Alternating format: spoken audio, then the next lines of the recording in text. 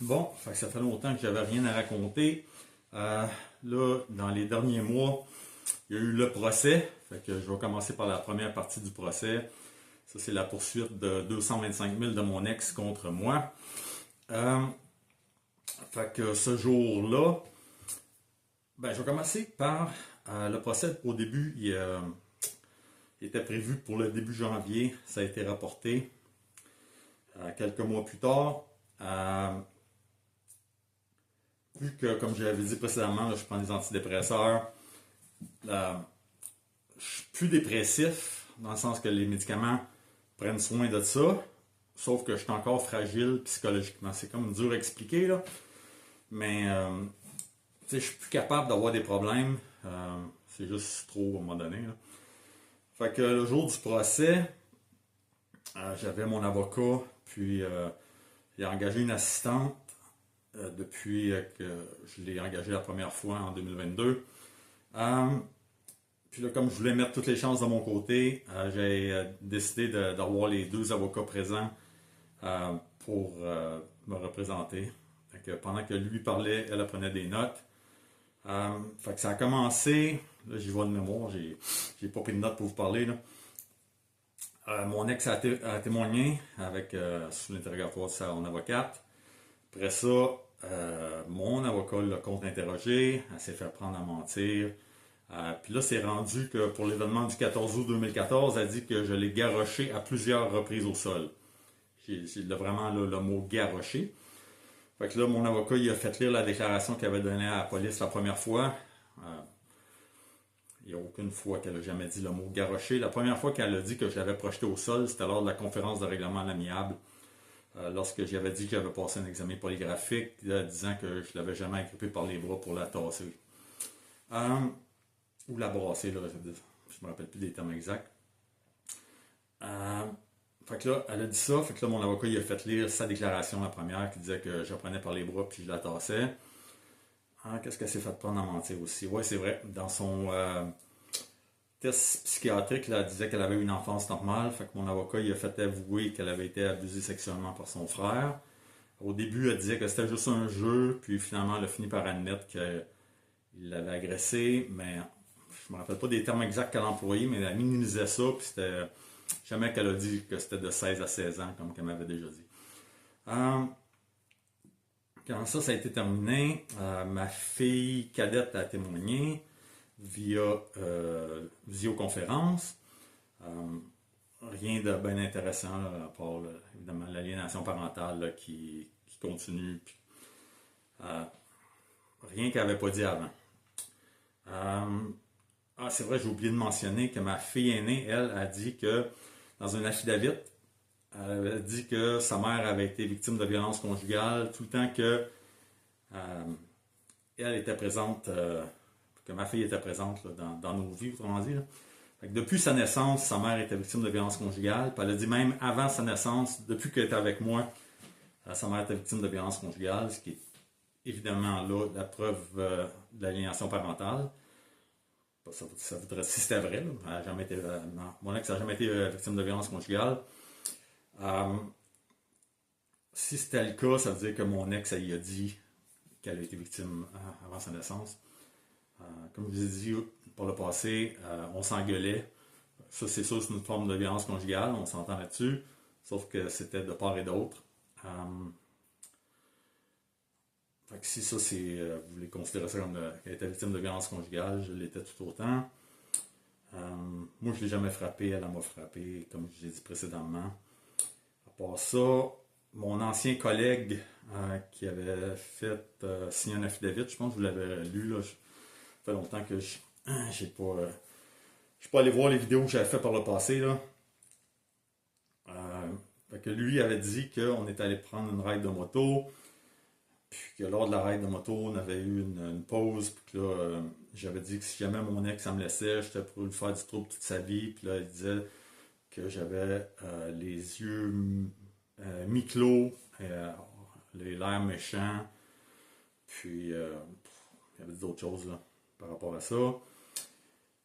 Puis là, il a témoigné par visioconférence lui aussi, fait qu'il a répété ça. Puis, qu'est-ce qu'il a dit d'autre? Ah oui, c'est vrai, il a dit que Pour moi, le mariage, c'était jusqu'à la mort. Puis que jamais j'accepterais que mon ex me laisse. Euh, Puis qu'est-ce qu'elle dit aussi? Ah oui, que la femme était là pour servir l'homme. Euh, Puis tout ce qu'elle dit, dans le fond, c'est toutes des faussetés, là. Moi, le mariage, j'ai fait ça pour faire plaisir à mon ex. Mes parents se sont divorcés, j'avais 7 ans. Fait que pour moi, le mariage, ça veut absolument rien dire, là. C'est un morceau de papier. Je suis capable d'être engagé auprès de quelqu'un sans me marier. D'ailleurs, j'étais avec ma conjointe actuelle depuis 2014, ça fait au-dessus de 12 ans. Et évidemment, je ne vais jamais me remarier. Euh, Puis c'est ça, c'est moi qui ai laissé mon ex, j'ai essayé de la laisser à plusieurs reprises. Fait que ce qui dit que si je te faire du trouble à mon ex, si jamais elle me laissait, c'est totalement faux. Puis que la femme devait servir l'homme. J'ai aucune idée où est-ce qu'il est allé prendre ça. Le gars, c'est un collègue de travail, on n'était pas proches, on travaillait même pas sur la même équipe. Euh, j'ai jamais rien fait d'autre que cette ride de moto-là avec lui. On a eu 2-3 parties d'équipe chez eux. Puis, par rapport à la femme doit servir l'homme, rien de plus faux. Là. Il n'y a pas plus égalitaire que moi par rapport à tout, là. Que ce soit sexe, race, whatever. Pour moi, le respect, c'est une des choses les plus importantes. Respect, honnêteté. Je pense que si on applique ces deux valeurs-là, il n'y aurait plus de trouble à travers le monde. Fait qu'après que lui a témoigné, ça a été mon tour. On a commencé mon témoignage avant le dîner. Ça a duré genre 40 minutes. Puis là, c'était juste mon avocat qui m'interrogeait. Puis là, évidemment, j'avais pas eu le temps de parler de grand-chose. J'avais parlé de l'événement du 14 août 2014. J'avais parlé de mon ancien collègue. Là, je disais que c'était totalement faux, là, tout ce qu'il avait dit. À part ça, pas mal ça, dans le fond. Après ça, ça a été la pause du dîner. Là, mes avocats se sont parlé dans un petit cubicule pendant que j'attendais dans un autre. Quand ils sont revenus, ils m'ont dit que c'est sûr que j'allais perdre, que c'était juste une question de montant, puis là, ils me suggéraient de faire une offre. Pour moi, c'est hors de question que je récompense mon ex pour les 12 années d'enfer qu'elle m'a fait vivre. C'était... Ah, j'ai oublié de dire. Lorsque mon avocat a commencé à contre-interroger mon ex, la juge lui a dit faites attention aux questions que vous posez, maître, parce que madame a été victime de violence conjugale. Ça veut dire que du départ, la juge avait un parti pris. Elle croyait ce que mon ex, ses témoins disaient. Puis, à un moment donné, même, il a fait lire un courrier, un message texte de mon ex qui disait à quel point que j'étais la seule personne qui avait toujours été là pour elle, etc., etc. Puis la juge avait fait le commentaire comme quoi que c'est le genre de discours que les femmes victimes de violences conjugales ont. Comment est-ce qu'un homme ou une femme, là, peu importe, peut se défendre contre la violence, d'accusations contre la violence conjugale si, lorsque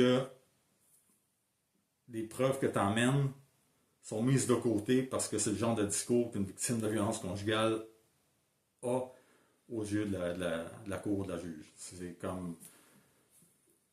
il faudrait que je passe un autre examen polygraphique.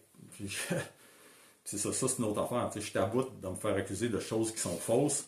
Puis à ce temps, c'est ça, c'est la violence conjugale. Tu sais, mon ex me poursuit pour abus judiciaire.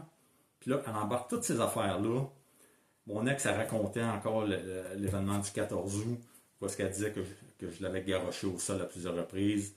Elle disait que j'étais rentré dans la maison, puis qu'aussitôt que j'étais rentré dans la maison, j'étais allé décrocher le cadre, ce qui est totalement faux, si vous vous rappelez la déclaration que j'ai donnée par le passé. Fait que, de retour au break du dîner, fait que là, quand mes avocats me disent ça, là, je leur ai dit que j'allais me suicider, qu'il n'était pas question que je donne une scène. C'était définitif. Puis, là, mes avocats capotaient. Pour moi, je sais que c'est pas rationnel, là, mais dans ma tête à moi, c'était rationnel dans le sens que il n'est pas question que je donne quelque récompense que ce soit à mon ex, quand que depuis le début, tout ce qu'elle fait, c'est tout en son possible pour ruiner ma vie. Fait que là, mes avocats sont allés voir l'avocate de mon ex, après ça, sont allés voir le juge, puis ça a été décidé par la juge qu'il allait me faire arrêter et interner. Fait qu'on est rentré en salle de cours. Ah non, c'est ça. Puis là, pendant ce temps-là, moi j'étais dans un cubicule à l'extérieur. Mon ex est venu, puis là, il me faisait des grands signes de. En voulant dire à travers la fenêtre, qu'est-ce que tu fais encore? Tu sais, elle est supposée d'avoir peur de moi, puis je la connais, mon ex. Dans son visage, là, c'est pas la peur. Tu voyais la détermination de What the fuck are you doing again? Tu sais, c'est comme. Puis après ça, on est rentré en salle de cours. La juge a dit que, à cause que j'étais suicidaire, elle allait me faire arrêter sous la loi P38. Là. Fait que là, je suis sorti accompagné des constables spéciaux du palais de justice. Les policiers sont venus. Puis là, ça a été remis. Puis là, je vais faire une autre vidéo pour vous raconter la deuxième partie du procès qui a eu lieu quelques mois plus tard. Puis je vais vous faire une autre vidéo aussi par rapport à mon temps en psychiatrie.